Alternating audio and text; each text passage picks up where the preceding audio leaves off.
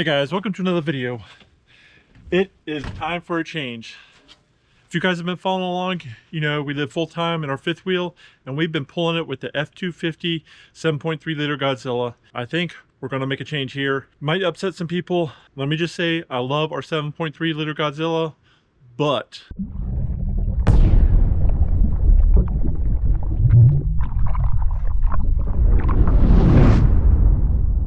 hey guys, I'm Chris, this is Salty Trips channel, and we've been full-timing in our fifth wheel RV for about a year and a half now, and we've been pulling it with our 2022 F250 XLT 7.3 liter gas Godzilla motor, and it's been fantastic. But sometimes plans change. There's some things that happen that make you think, okay, maybe this might not be the best fit. And it may not be for the reason why you think it is. We are trading in the F250 and we're gonna take you along for the ride. Well, this might be the last time we see this truck. Well, we're on our way to go drop the truck off. I will have to say that, you know, I am gonna miss this thing.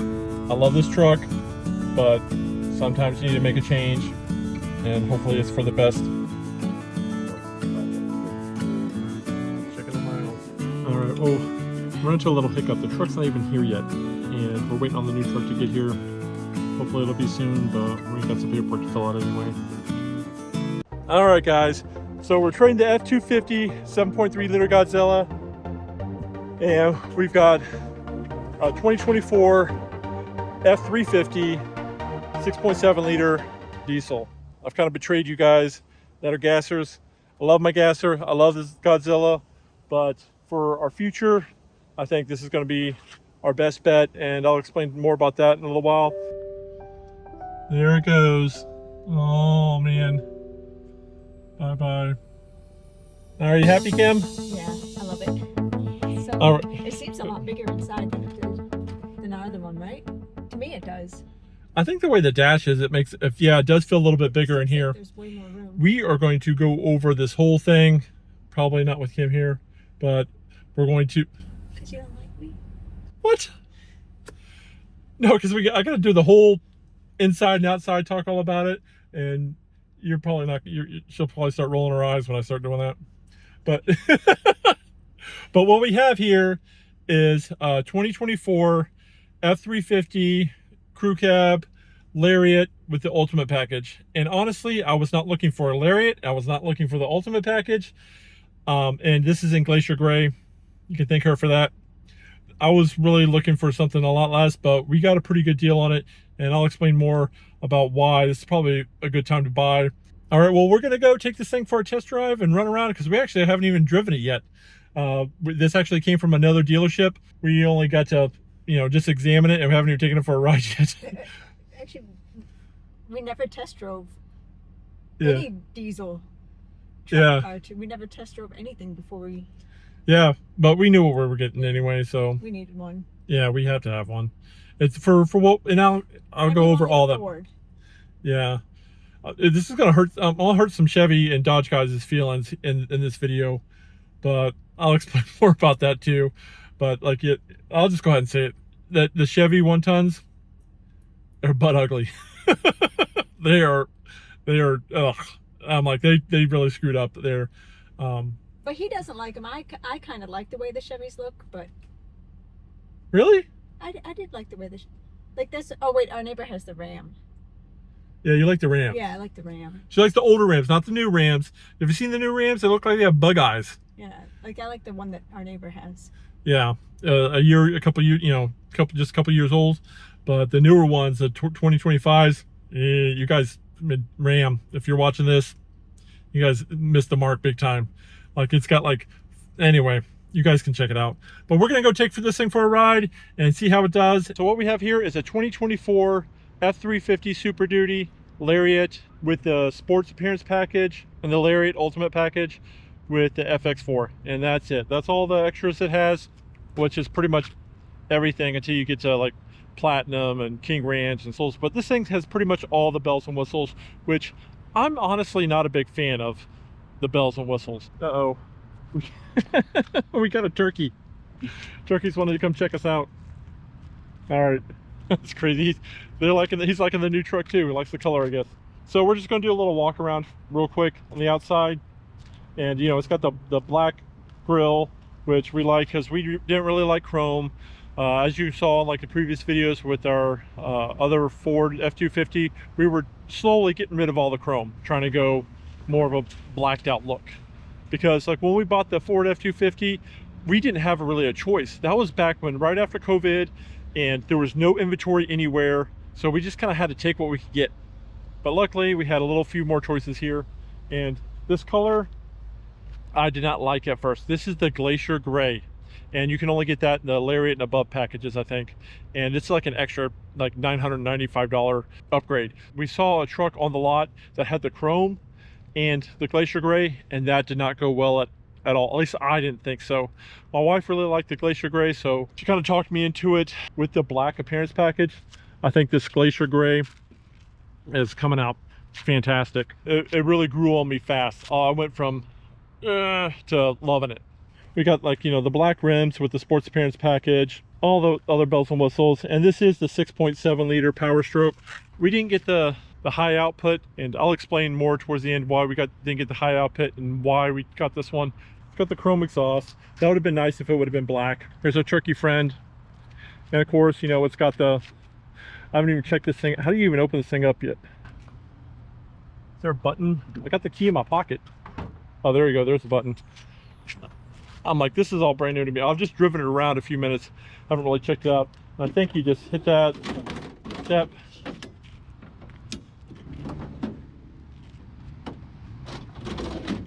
Of course, it's got the lights. And you know what I'm disappointed in? Didn't come with the little brackets that you stick on there. I had to order those. I can't believe that. But the switch for the lights is over here. I like the light in there. That's kind of handy because I go fishing a lot in the mornings. And I keep my rods and reels in the back. And if you get the blacked out package, these are all in black, but this is the sports appearance package, so we still have some color there. We got the sliding rear window, which I'll probably never use, but we do have the 360 cameras. So there's one up there, you got them down here. So honestly, I was like, I didn't care for it. I wasn't something I was looking for, but it came with it. And it's actually pretty nice, especially the bed camera. What do you guys think of this color? It took me a minute, but I liked it. All right, let's go inside here. You know, it's got all the fancy schmancy chrome and trim pieces and stuff like that. What's kind of cool is the one thing I don't really care for leather seats that much. You know, your back gets kind of hot and you bum. So, but this thing actually has little fans in there that'll blow air through your back and down here. And so I thought that was pretty nice. And there's another big thing that I really like about this package is it has the memory for your seat, and it has, you know, full power seats. And sometimes when we go drop the boat in the water, I'm backing the boat over to one of the courtesy docks, and Kim goes and parks the truck and trailer, and she always moves the seat. And in the old F250, you know, she would try to move it back to the same spot, but it never seemed like it was the exact same spot. So now she can just program number 2 for her and number 1 for me. And so every time I get in here and she's been in it, I just hit number 1 and my seats and everything go back to the way that I had it. That was a big bonus. I really like that. So some of this Lariat stuff is kind of growing on me. All right, so with the Lariat Ultimate Package, you do get a lot of bells and whistles in here. There's a lot of buttons and switches and stuff. Which I'm usually more of like a simple guy. I don't need all this stuff, but it does have the heads-up display, the HUD system, where it shows you the miles per hour, the speed limit, the temperature outside, and the time. But what's pretty cool too about that is when you start it up, it has a cool startup sequence that shows on the glass when you start it up. So I thought that was pretty neat. Took a little bit getting used to. First driving with the heads-up display, it was kind of a little annoying. I got used to it real quick. And then we have over here on the steering wheel, we have the adaptive cruise control, which I'm pretty sure is like when you're having on cruise control and you're following behind somebody and somebody slows down, the truck will just slow down with it. And then if they speed up or move out of the way, your truck speeds back up to its normal speed. It also has like the lane departure warning, where on the heads-up display, like when it detects that you're driving down the road and it can see the lines, it'll have a line on each side of the heads-up display. And if you get a little too close to the line, it'll just gently nudge you back in your lane. And that was kind of weird at first. That took a little bit of getting used to. That happened real fast. We've only driven it around a little bit. We only got like 70 miles on this thing. So it's not like it's driving it for you. It just gives you a little nudge. Those are some of the things that comes with the Lar Ultimate Package. There's a lot of the driver assist stuff. And it's got the Pro Trailer backup, which I will never use. It's just, I've been backing up trailers too long the normal way and trying to do it without, when I did not like it. So that will probably never ever get used. Of course, it comes with a 12-inch display and then the 12-inch monitoring system here that adjusts and change all the settings in, show you basically anything you want. There's no more manual. Now all the manuals are on the screen here. There's like a little wireless charging station, you know, leather everything, little trim pieces, lots of shiny stuff, which, you know, I could care less about. But one of the good reasons why this is probably the best time to buy is you get all these extra bells and whistles for almost free. Well, two of the biggest reasons why we decided to upgrade is right here. It's the payload capacity, 4,172 pounds. That is 1,100 pounds more than the F250. And with our fifth wheel and all our stuff in it, we were basically right at capacity. It had a 10,000 pound gross vehicle weight rating, and this has a 12,000 pound gross vehicle weight rating. All right, so why didn't we get the high output? And like one of the big things we're kind of concerned about was fuel mileage. And I saw quite a few videos where they did some head-to-head comparisons between the standard output and the high output. And the high output, of course, because it's almost the exact same components, it just gives you more boost and the programming and uses more fuel. And even the Ford engineer on another video that I watched said, yeah, it uses more fuel. That's how you get more power. That was kind of one of the reasons. And like, it just seems like mostly the high output is for showboating, or you're carrying really heavy loads quite a lot. And our trailer is only about 12,000 pounds. So I wouldn't consider that a lot. I'm talking like, you know, 25,000+ pound pulls. You may want to get the high output. Or if you just like the sound of 1,200 foot-pounds of torque, have at it. People have been using the 6.7 liter and pulling big fifth wheels with no problem for a long time, and says it has plenty of power. It's got plenty to get up and go. So we don't need that little extra. That's why we didn't get the high output. Standard output will do. Okay, so why the upgrade? Well, one of the biggest factors was recently, this last summer, we took the F250 and we hooked up the boat and we did a miles per gallon test driving across the state. Sometimes we only get, even just pulling the boat, which is only about 5,000 or 6,000 pounds, which is half the weight of our fifth wheel RV, and we were only getting about 7.5, sometimes 8 miles to the gallon. But the big thing is, you know, how far can you go between fill-ups? That was the biggest thing that kind of we felt a little uneasy about. Is like, we're not traveling a lot right now, but as soon as Kim retires, we are going to travel a lot more, and we plan to go to like Alaska and stuff like that, and we want a little more mileage out of a tank of fuel. So instead of having to fill up every 150, 175 miles, with the diesel engine, we can probably add 100 to 150 more miles to a tank of fuel. We've been doing a lot of research, and we've seen people pulling the same size rig and getting 10 to 12 miles to the gallon, where people with the 7.3 liter were all getting 6 to 8 miles to the gallon. That's 3 to 4 more miles per gallon. That's 120 miles. So we don't have to stop near as much for fuel. And with the diesel, when we get on the roads, we're going to, you know, join the open roads program, where you can get diesel discounts and you can go into the truck lanes and pull through there, so you don't have to worry about height restrictions or maneuvering in little gas stations. It'll give us more opportunities for easier fuel ups. But the big thing was the extra payload, because we wanted to kind of future-proof this. That's why we got the 1 ton, and how far can we go on a tank of fuel.